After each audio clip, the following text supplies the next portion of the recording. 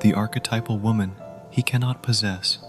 There is a certain kind of woman before whom men fall to their knees, not out of worship nor desire, but out of recognition. They sense something ancient moving within her, a calm authority, a mystery that no charm can imitate. In human psychology, we might call it confidence, grace, or independence. But through the lens of Carl Jung philosophy, it is something deeper, the presence of the self made visible.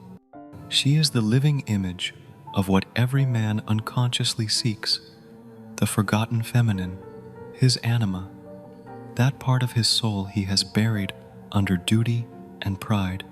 When he meets her, his collective unconscious stirs. His mind says, she is beautiful, but his soul whispers, she is familiar. It is not her face he remembers. It is her frequency. She is magnetic, not because she tries, but because she belongs to herself. In a world that rewards performance, she lives in presence. In a culture that teaches women to please, she has learned to pause. And in that pause, she becomes a mirror to a man's deepest longing, to feel something real again. Carl Gustav Jung once wrote, "The meeting of two personalities is like the contact of two chemical substances. If there is any reaction, both are transformed. The woman he cannot possess is the reaction itself, the spark that forces him to grow beyond the ego that once kept him safe. Her existence is alchemy. Her presence is his awakening. Tonight, we step into her inner world, not to imitate her, but to remember what we too have forgotten, the part of us that no longer seeks to be chosen, but simply chooses to be whole. The shadow of control and the birth of desire. Every man carries a shadow. It is the part of him that longs to control what he cannot understand, especially a woman whose freedom reflects the freedom he has lost. In the quiet laboratory of human psychology, this shadow appears as jealousy, possession, or the subtle urge to tame. Yet beneath these instincts lies a deeper truth, his fear of his own depth. When he meets a woman who cannot be controlled, he is confronted with his inner chaos, the very anima that has been banished to his unconscious. Carl Jung believed that every man's journey toward wholeness requires a reunion with his inner feminine, the source of his intuition, emotion, and spiritual balance. But the ego resists this reunion. It prefers control to surrender, logic to feeling.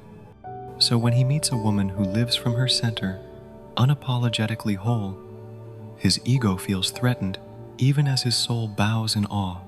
He calls her dangerous because she makes him feel.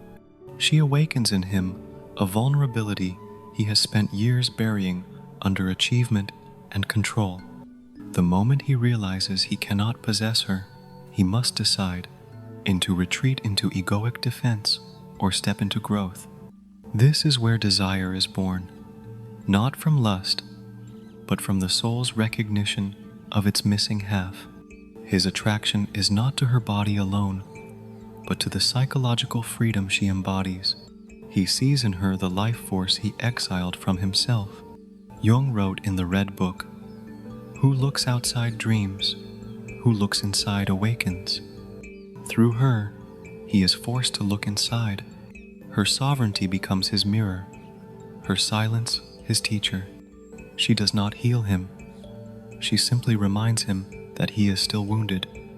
For the woman who understands this, there is no need for games or manipulation. She knows that her true power lies not in making a man chase her, but in allowing his own shadow to chase him toward his awakening. That is why men fall to their knees before such a woman, not in submission, but in transformation. She does not break his heart, she breaks his illusions, and from those shattered pieces emerges something new: respect, reverence, and the humbling birth of true love. The Queen Archetype versus the Princess Persona. In the theater of human psychology, every woman carries two possible selves: the princess, fragile, seeking validation, longing to be chosen, and the queen, whole, radiant, choosing herself first. Carl Jung philosophy teaches that the journey from one to the other is not a change of behavior, it is a transformation of consciousness, a passage from the persona, the social mask, to the self, the inner kingdom that cannot be taken away. The princess lives from fear of being too much, too strong, too deep. She adjusts her light to make others comfortable. She bends her truth to remain loved. She lives in a constant state of waiting for permission, for love, for proof that she is enough. But the queen, she waits for no one. She has walked through the ruins of her own illusions. She has faced her shadow, the loneliness, the heartbreak, the silent wars no one saw, and she has survived. From that survival, she has built her throne, not to rule others, but to rule herself. The Queen Archetype, in Carl Jung's view of the collective unconscious, is not about superiority. It is the matured feminine, the embodiment of wisdom born through pain. She does not compete. She creates. She does not demand. She invites. She does not chase. She attracts through stillness. In the eyes of men, she is both terrifying and magnetic, because her love is no longer a currency. It is a choice, and nothing awakens a man's soul more than realizing that he is not needed but wanted, not out of dependency, but from conscious freedom. The princess looks at love as rescue. The queen looks at love as reflection. The princess asks, "Will he choose me?" The queen whispers, "Do I still choose myself in his presence?" Through the lens of Carl Gustav Jung, the queen represents individuation, the process of becoming whole.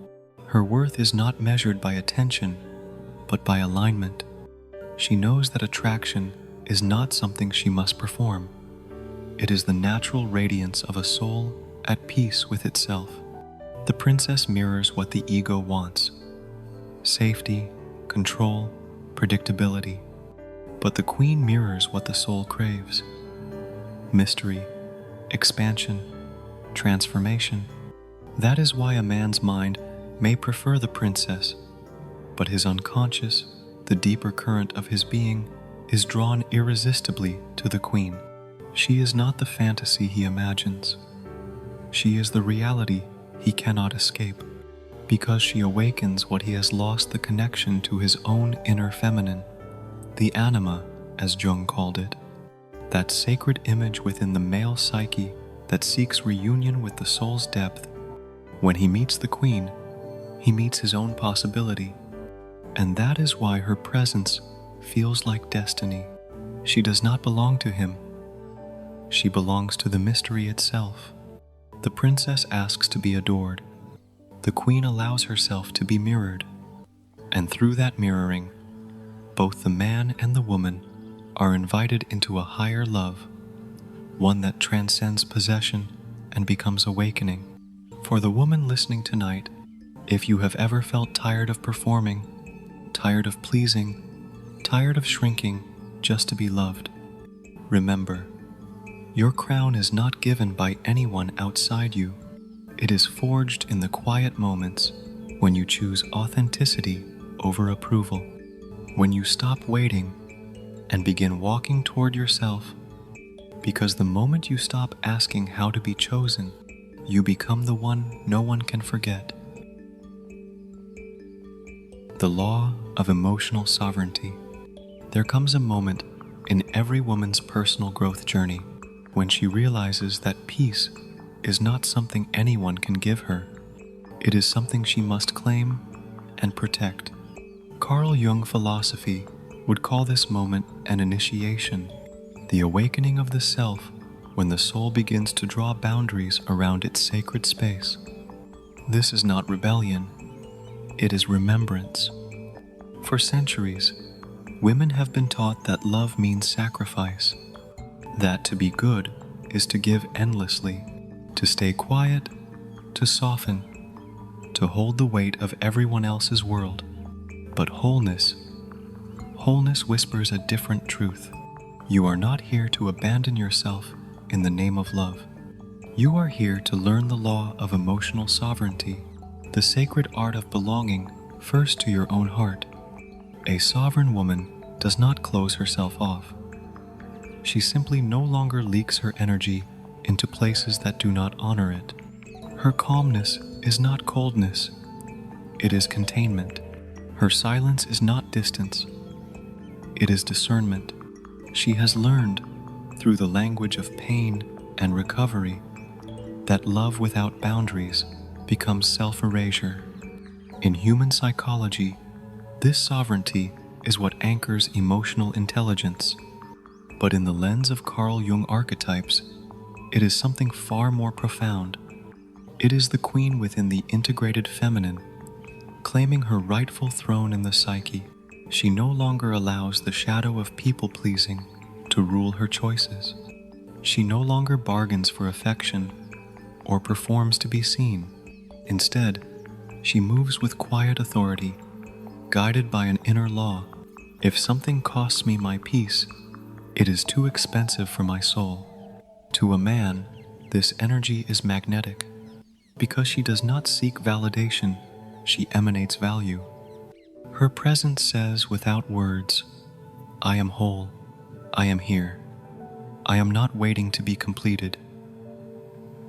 And the masculine, when he meets such wholeness, feels something ancient awaken in him. His ego resists, but his soul recognizes.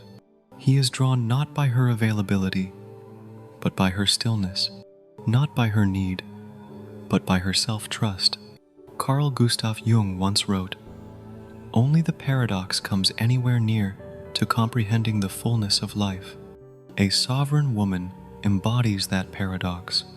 She is both soft and strong, giving and discerning, open and grounded. Her emotions do not control her, they serve her. She feels deeply, but she does not drown. She listens, but she does not absorb everyone's pain as her own. She understands that empathy without boundaries becomes exhaustion, and love without self-respect becomes dependency. So, she practices the sacred discipline of returning home to herself, again and again. Each time she says no from clarity instead of fear. Each time she chooses rest over proving her worth. Each time she allows silence to speak for her instead of explaining her value. She reinforces her sovereignty, not as an armor, but as a temple. From this center, her relationships transform. They no longer orbit around fear of loss. They rise from mutual recognition, because when a woman knows how to stand within her own boundaries, she invites a man not into her emptiness, but into her abundance. He no longer feels the pressure to rescue. He feels the privilege to rise. And so, the law of emotional sovereignty is not about separation. It is about sacred balance, the harmony between giving and guarding, between openness and discernment.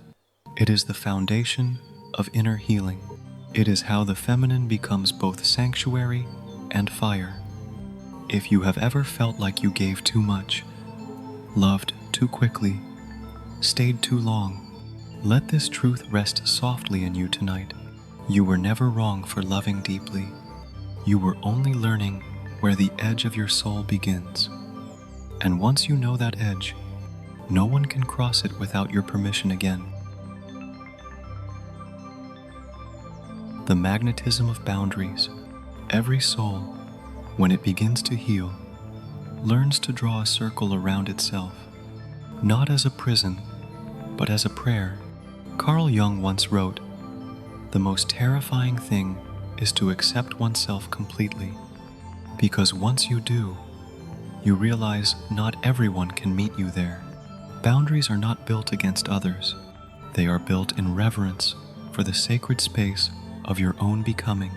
A woman who understands this law no longer explains her worth. She expresses it through the quiet clarity of what she allows and what she doesn't.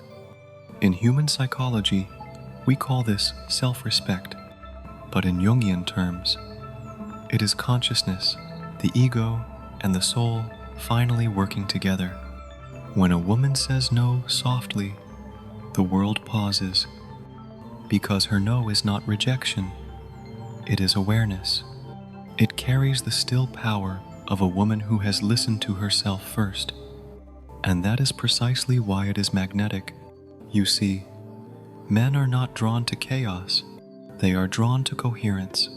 And coherence comes from boundaries. It is the frequency of someone who has met her own shadow and made peace with it. In the collective unconscious, boundaries hold an archetypal meaning. They represent the line between the known and the unknown, the place where the psyche transforms instinct into wisdom. When you honor that threshold, your energy becomes luminous.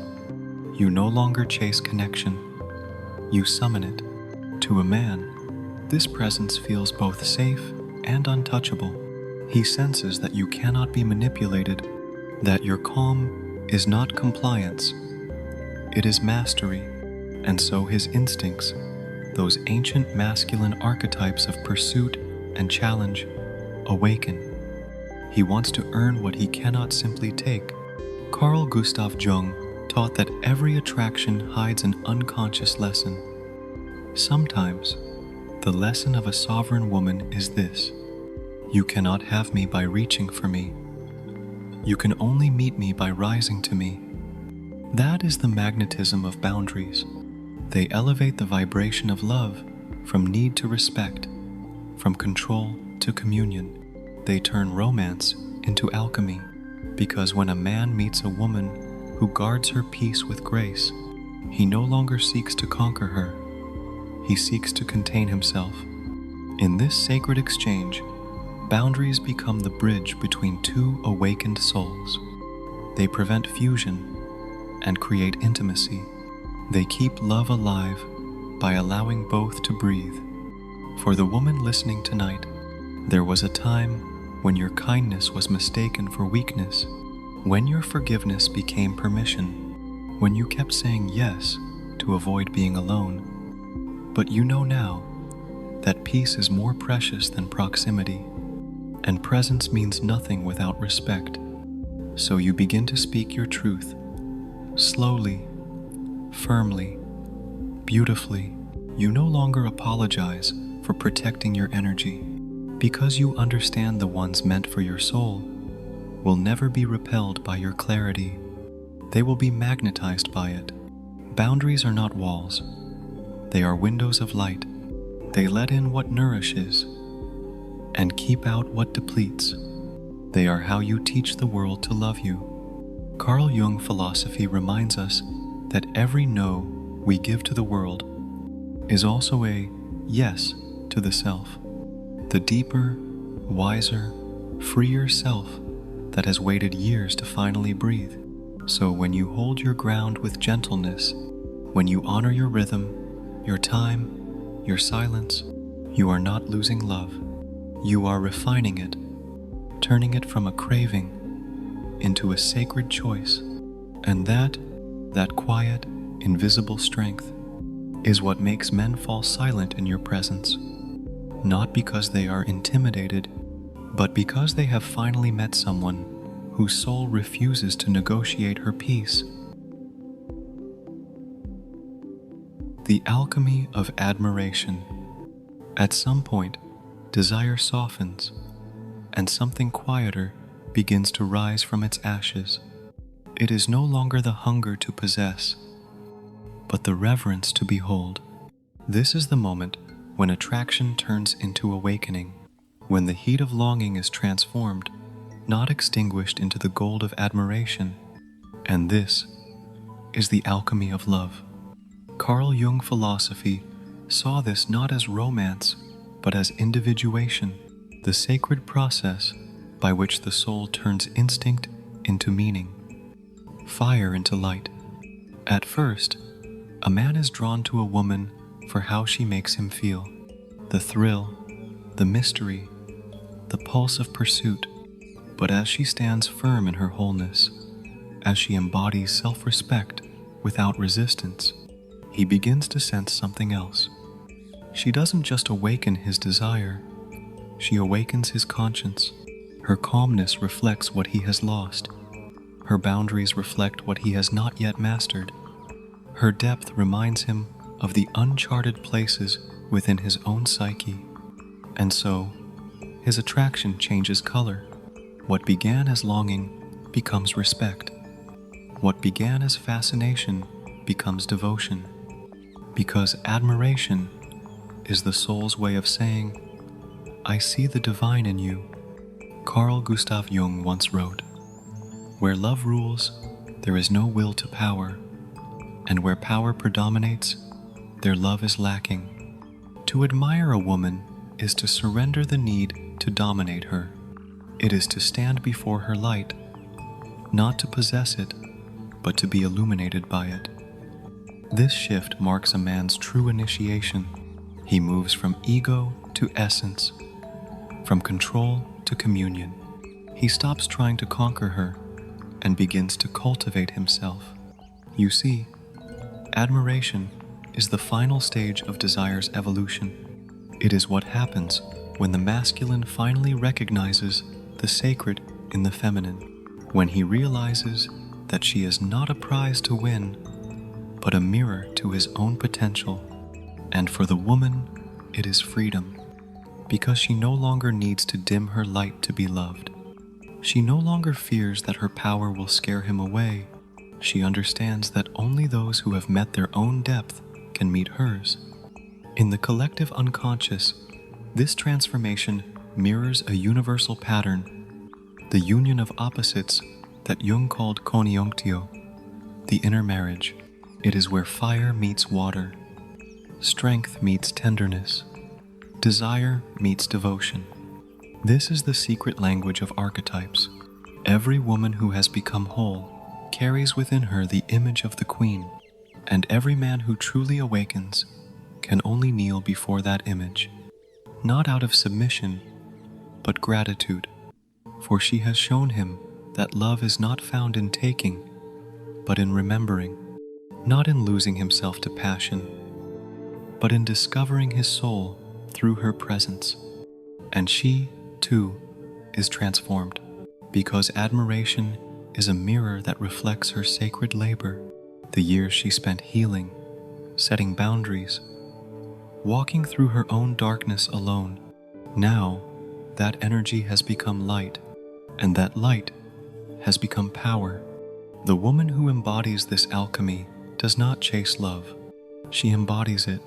Her mere existence becomes a prayer that calls the right souls toward her. For those who meet her, she is unforgettable, not because she satisfies desire, but because she reveals what desire was always trying to find, the path home to the self. So let it be known, admiration is not the opposite of passion. It is its purification, the point where love ceases to consume and begins to create.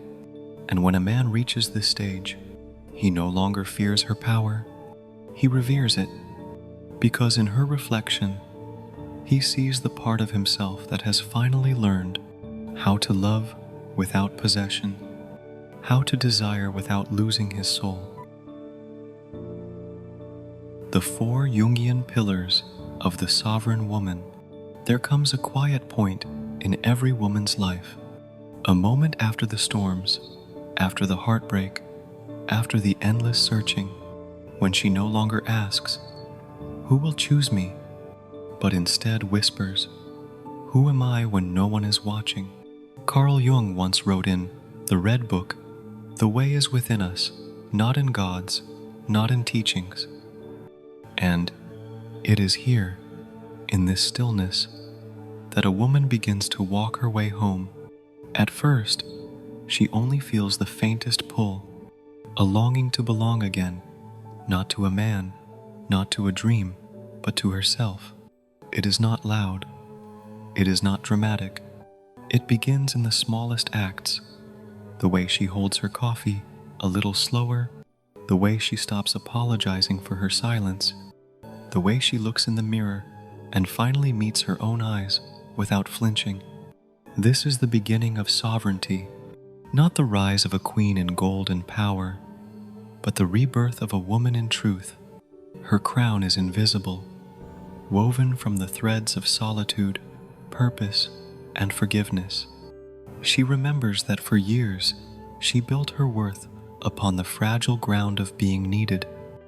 She gave until she was empty, stayed until she was unseen, hoping that love would arrive once she became small enough to fit into someone's idea of perfect. But now, she knows that shrinking is not love.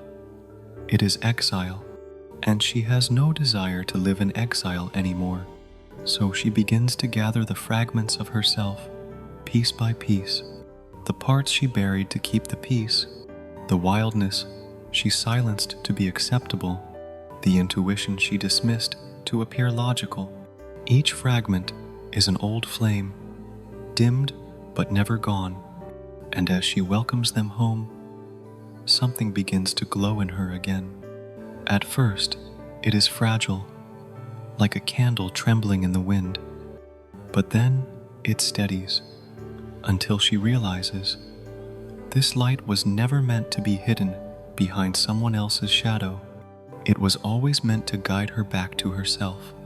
In Jungian psychology, this is the moment of integration, the meeting of the ego and the soul, the conscious and the shadow, the reconciliation between who she thought she should be and who she truly is.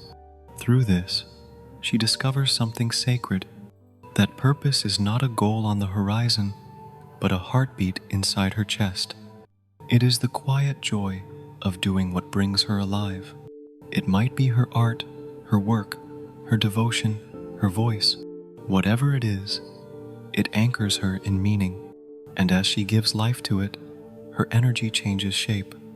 She is no longer orbiting around anyone else's gravity. She has become the sun itself. From this center, she learns to protect her peace without apology. Her boundaries are not walls. They are rivers. They do not imprison. They guide the flow of her energy. She no longer chases after those who do not see her.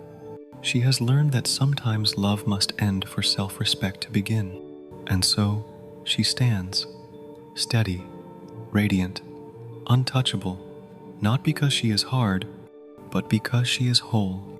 Solitude, once her greatest fear, has become her most faithful teacher.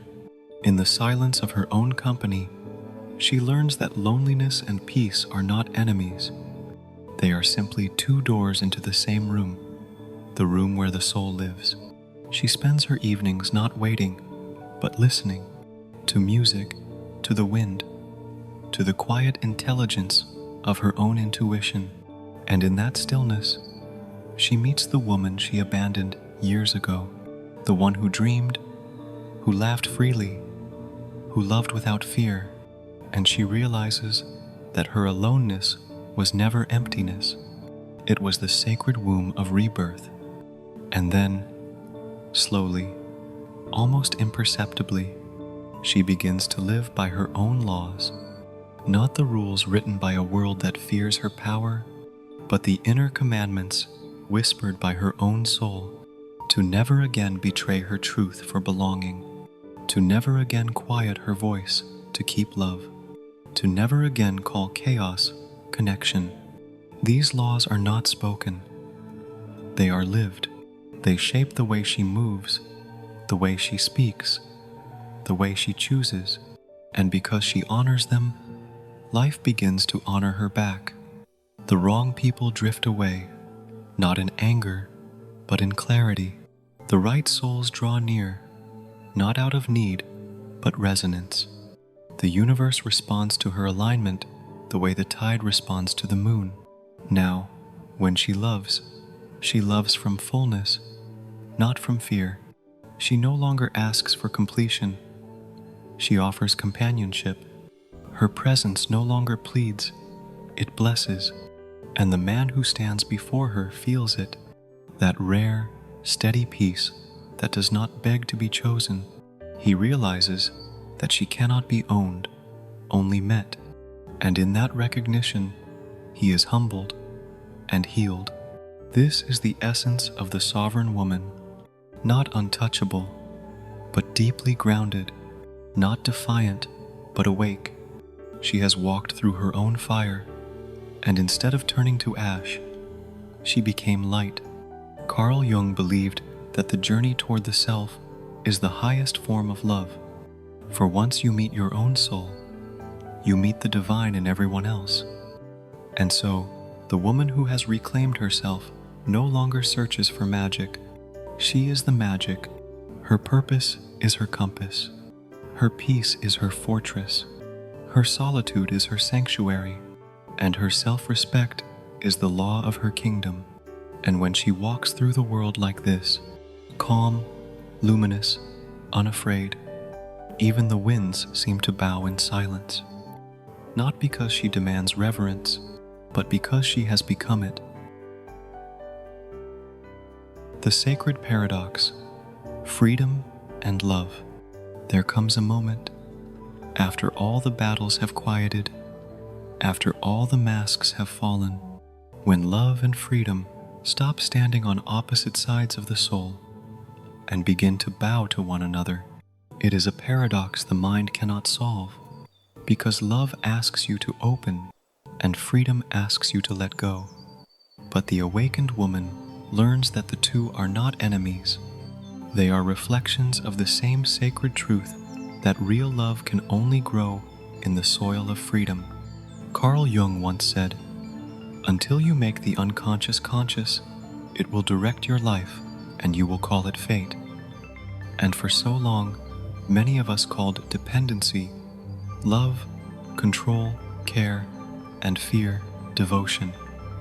We thought love meant to merge, to dissolve, to become one, but wholeness taught her otherwise. Love, in its truest form, does not consume. It expands. It does not ask for ownership. It invites recognition. It is not the fire that burns the self away. It is the light that allows two souls to stand side by side, separate yet deeply intertwined, sovereign yet surrendered. This is the paradox she has come to understand. That freedom is not the absence of connection. It is the clarity within it. That loving someone does not mean losing yourself. It means meeting them as an equal reflection of your own soul. When she stands before him now, there is no performance, no mask, no fear. She no longer offers her love as a plea, but as a prayer. It says, "I am whole, and so are you. Let's meet where our wholeness touches." He feels it, that serene energy that neither clings nor withdraws. A love without desperation, because it comes from abundance. A love that feels like breathing, unforced, rhythmic, alive. In Jungian psychology, this is the final alchemy of the self, the integration of opposites within the psyche, the masculine and feminine, the need for belonging, and the longing for freedom. It is the moment when desire transcends the body and becomes devotion to life itself. She has learned that true intimacy cannot be born from fear of loss. It can only bloom in the presence of trust. She no longer seeks to be possessed, because she understands that the soul cannot be owned, only witnessed. And he, in turn, no longer fears her independence, because he has tasted the kind of love that does not threaten but inspires. Together, they become something greater than lovers. They become mirrors, each reflecting back the divine image that lives quietly in the other. They do not complete one another. They reveal one another. And when love reaches this stillness, when all that remains is mutual respect, sacred space, and unspoken gratitude, it ceases to be a story of two people. It becomes the story of consciousness itself, remembering its own beauty through human hearts. She knows now that to love without losing herself was never selfish. It was sacred, because when a woman loves from freedom, her love becomes medicine, not addiction. Her touch becomes presence, not proof.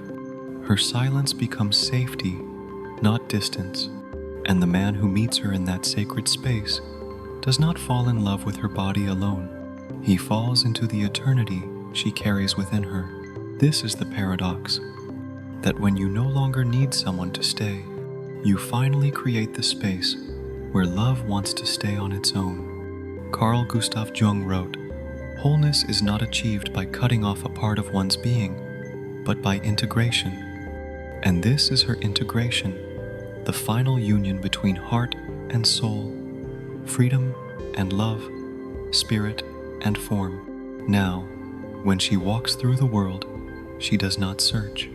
She radiates. Every step is prayer. Every breath is peace. She is not waiting for love to arrive. She has become the place where love lives. And maybe that is what Jung truly meant when he spoke of individuation. Not the isolation of the self, but its flowering, the quiet knowing that once you become whole, everything that meets you becomes holy. So let this be your remembering tonight. You do not need to choose between being loved and being free, for the truest love is freedom, and the deepest freedom is love. When you reach that stillness, you will feel it, a calm so vast it hums through your bones. You will smile, not because someone stayed, but because you did. And in that smile, the soul bows to itself and whispers, "Welcome home." The Jungian closing whisper, and maybe tonight, as you sit here in the quiet after this journey, something within you has begun to shift, not loudly, but gently, like the turning of a page your soul had been waiting to read. If these words have found their way into you, let them rest, let them breathe, because every woman who remembers her worth heals a piece of the collective unconscious we all share.